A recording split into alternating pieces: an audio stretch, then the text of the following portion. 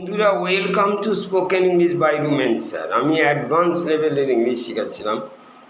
আজকে বরাবর প্রথমেই যে আমরা যেমন যদি বলি কাউকে, have you seen Ram this morning, আজ সকালে রামকে দেখেছো, তখন জানতে হবে morning is not finished, morning শেষ হয়ে যায়নি।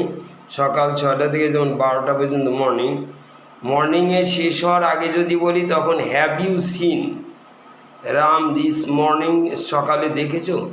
আর ঠিক আছে, বিকালে গিয়ে যদি তাকে কাউকে জিজ্ঞেস করি তখন হবে did you see Ram this morning, did you তখন পাস্ট টেন্স হয়ে যাবে, কারণ মর্নিং ফিনিশড হয়ে গেছে।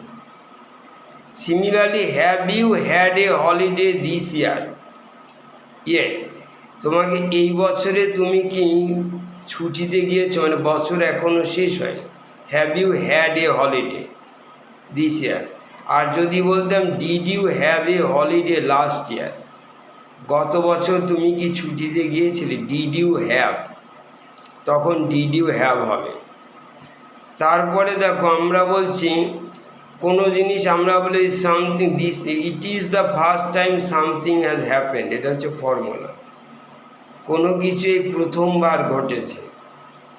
কীরকম, যেমন আমি যদি বলি it is the first time Ram has driven a car, এই প্রথমবার রাম গাড়ি চালিয়েছে।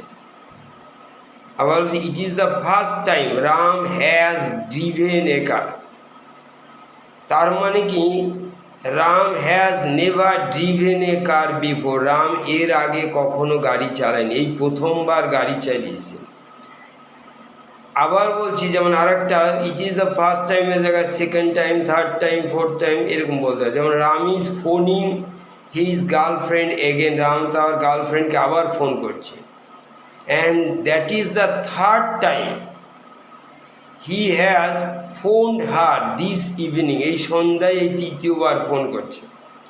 That is the third time he has phoned her this evening. তারপরে আমরা অনেক সময় বলি কি, যেমনি পারফেক্ট কন্টিনিউয়াস আমরা বলি, যেমন I have been eating rice for 2 hours, আমি 2 ঘন্টা ধরে ভাত খাচ্ছি। বলছে Ram has been running for 2 hours, Ram 2 ঘন্টা ধরে দৌড়াচ্ছে। কিন্তু অনেক সময় দৌড়ানো শেষ হয়ে গেছে, থেমে গেছে। রাম ইজ, আমরা বলি he is out of breadth, out of breadth মানে হাঁপাচ্ছে, প্যান্টিং, তখনও আমরা বলবো হ্যাভ ইউ বিন রানিং, তুমি কি have you been running, perfect continuous বলা যায় এগুলো। অথবা রাম বললো যে আই অ্যাম টায়ার্ড টুডে, তার মানে আমি বলি have you been working for a long time, তুমি কি অনেকক্ষণ ধরে কাজ করছো, এরকম বলা যায়। তারপরে আমরা দেখো এই লিভ আর ওয়ার্ক ভার্বটা, এই দুটো বার লিভ, যেমন I have been living here for 10 years, আমি এখানে 10 বছর ধরে বাস করছি, এটাও বলা যায় পারফেক্ট কন্টিনিউয়াস দিয়ে। আবার I have lived here for 10 years, perfect দিয়ে বলা যায়, ওরা বলছে একই মিনিং দাঁড়াবে। আবার I have been working for 10 hours, আমি 10 ঘন্টা ধরে কাজ করছি। I have worked for 10 hours, perfect দিয়ে বললেও আমি 10 ঘন্টা, তাও কারেক্ট, দুটোই রাইটিং, ওরা বলছে দুটোই চলবে। এইবার ধরো আমরা যখন অলওয়েজ দিয়ে কথা বলি, অলওয়েজ সাধারণত দুটো টেন্সে বেশি হয়। এটা simple, I always get up at 6 o'clock, always বলছিল সিম্পল। আর একটা হয় নাহলে পারফেক্টিং, কীরকম, তখন বলবে যে Ram has always lived in Kolkata, সবসময় সে কলকাতায় বাস করেছে। কিন্তু Ram has always been living হবে না, পারফেক্ট কন্টিনিউয়াস দিয়ে অলওয়েজ দেওয়া যায় না। Ram has always lived here, এখানেই রাম সবসময় থেকে যায়। নেগেটিভে আমরা নেগেটিভ করতে গেলে প্রেজেন্ট পারফেক্টটাই ব্যবহার করি, পারফেক্ট কন্টিনিউয়াস সাধারণত করি না। কীরকম, I have not seen Mita since Monday, সেই সোমবার থেকে আমি মিতাকে দেখিনি। বা I have not seen Mita for 2 days, 2 দিন ধরে দেখিনি, এটা পারফেক্ট টেন্সে নট ব্যবহার করেন। আর আমরা এবার দেখো একটা ভুল ইংলিশ বলো তোমরা, যেমন এমনি যদি বলি 10 ঘন্টা ধরে বৃষ্টি হচ্ছে, it has been raining for 10 hours. কিন্তু যদি বলি সারাদিন ধরে বৃষ্টি হচ্ছে, it has been raining all day, তখন ফর অল ডে হয় না, এটা রং ইংলিশ, ফর প্লাস অল হয় না। আবার বলছি, যেমন I have lived here all my life, not for all my life, for all my life হয় না, I have lived here all my life, ওইরকম অল ডে, ফর হয় না। তারপরে দেখো এটা একটা ভালো ইংলিশ, যে অনেক দিন হয়ে গেছে, তখন it has been A long time, এটা আগেকার যুগের ইংলিশ, এটা বলা চলে। বা 5 বছর হয়ে গেছে, ইট হ্যাজ বিন 5 ইয়ার্স, বা ইট হ্যাজ বিন ইজ, এখন ছোট করে বলে is a long time since something happen, কোনো জিনিস ঘটেছিল তারপরে থেকে অনেক দিন হয়েছে। বা ইজ 2 ইয়ার্স, 2 বছর হয়ে গেছে। Since I last saw Rita, আমি রিতাকে দেখেছিলাম শেষবার সে 2 বছর আগে। আবার বলছি ইটস 2 ইয়ার্স, এখন বলা ইট হ্যাজ বিন 2 ইয়ার্স, কেন ছোটো করে ইটস 2 ইয়ার্স, 2 বছর হয়ে গেছে। সিন্সের পরে পাস্ট টেন্স হয়, since I last saw Rita, since I last did it, এরকম। সিন্স আই লাস্ট স রিতাকে 2 বছর হয়ে গেছে, তার মানে I have not seen Rita for 2 years, আমি 2 বছর ধরে রিতাকে আর দেখি নেই। বা the last time I saw Rita, last time দেখেছিলাম ওয়াজ 2 ইয়ার্স এগো, এটা 2 বছর আগে। এ 3 ভাবে একই কথা বলা গেল। লাস্ট টাইম স রিতা ওয়াজ 2 ইয়ার্স এগো। আবার দেখো কোশ্চেন, যদি কতদিন হলো লাস্ট তুমি রিতাকে দেখেছো, এরকম বাংলায় যদি প্রশ্ন করি, হাউ লং ইজ ইট, এটা কতদিন হয়ে গেছে, how long is it since you last saw Rita, since you last saw Rita, since রিতাকে দেখেছো কতদিন। এটাকে আবার এভাবে বলা যায়, when did you see Rita, when did you last see Rita, তুমি লাস্ট রিতাকে কবে দেখেছিলে, এইটা। আবার দেখো অনেক সময় দেখো এই ইংলিশগুলো ভুল বলো, যেমন আমরা বলি, যেমন রবীন্দ্রনাথ অনেক গান লিখেছেন, রবীন্দ্রনাথ হ্যাজ রিটেন মেনি সংস, এটা কিন্তু রং ইংলিশ।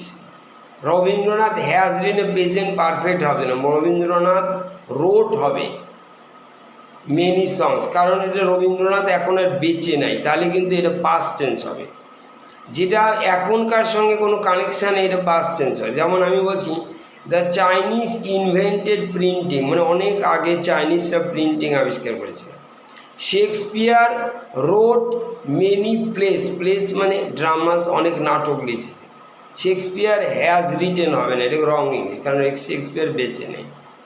তারপরে দেখো আমরা বলি, যখনই তুমি কাউকে একটা নূতন সংবাদ দেবে, তখন তুমি সবসময় এটা প্রেজেন্ট পারফেক্ট টেন্সে দিবে। যেমন বন্ধুকে হঠাৎ শপথ দিচ্ছ, জানিস I have managed a new girlfriend, আমি একটা নূতন গার্লফ্রেন্ড, বা I have managed a new girlfriend, বা I have got a new girlfriend, নূতন দিতে গেলেই প্রেজেন্ট পারফেক্ট। তখন বন্ধু যখন জিজ্ঞেস করবে how did you manage, when did you manage, where did, তখন এগুলো সব কিন্তু পাস্ট টেন্স হবে। প্রথমবারই প্রেজেন্ট পারফেক্ট, তারপর যখন কোশ্চেন করেন তখন তুমি বলবে ইয়ে আই স হার, বা I met her there in the book fair, then I collected her phone, এগুলো সব past tense. Then I called her, then we had a meeting, then এরকমভাবে এগুলো সব পাস্ট টেন্স। যেমন I have burned myself, তুমি বলে আমি নিজেকে পুড়িয়ে ফেলেছি, তখন বন্ধু বলে how did you do that, এটা কীভাবে হলো, not how have you done that হবে না। তখন তুমি বলে I picked up a hot dish, আমি একটা গরম ডিশ তুলেছিলাম, পুড়িয়ে দিলাম। তারপরে দেখো এখানে আমরা বলি, যখন যেমন একটা কম্পেয়ার করছি, কীরকম, যে আমি বলছি হু ইজ দ্যাট গার্ল, ওই মেয়েটা কে বাইরে দাঁড়িয়ে আছে, বলে I have never seen her before, ওকে এর আগে দেখিনি, আজকেই প্রথম দেখছি, I have never seen her before, এটা প্রেজেন্ট পারফেক্ট। আর who was that girl yesterday, কালকে একটা মেয়ে দাঁড়িয়েছিল, কে ছিল, I had never seen her before, মানে কালকেই দেখেছিলাম, তার আগে আমি ওকে কখনোই দেখি নাই। যেমন এইটাকে বলে যে এটা হচ্ছে পাস্ট পারফেক্ট। তারপরে দেখো আমরা বলি যে অনেক সময় something is going to happen, কীরকম, কোনো একটা জিনিস তুমি দেখতে পাচ্ছ, দেখে ভবিষ্যৎ, যেমন প্রচণ্ড ব্ল্যাক ক্লাউড, খুব কালো ঘন মেঘ, ডিপ ক্লাউড, তখন কালো ঘন মেঘ দেখে বলছে ইটস গোয়িং টু রেইন, বৃষ্টি হতে চলেছে। অর্থাৎ দেখে ভবিষ্যৎ বললে তখন আমরা বলি something is going to happen, is going two rain.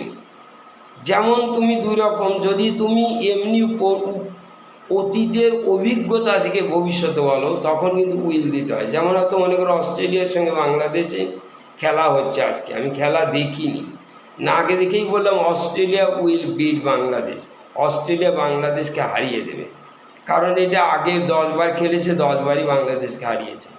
এটা হচ্ছে আমরা বলি প্রেডিকশান, ভবিষ্যৎ বলা কিন্তু অতীতের অভিজ্ঞতা থেকে। আর একটা প্রেডিকশান দেখে শুনে বলা, ওই যে বললাম তো দেখতে বৃষ্টি হতে চলেছে।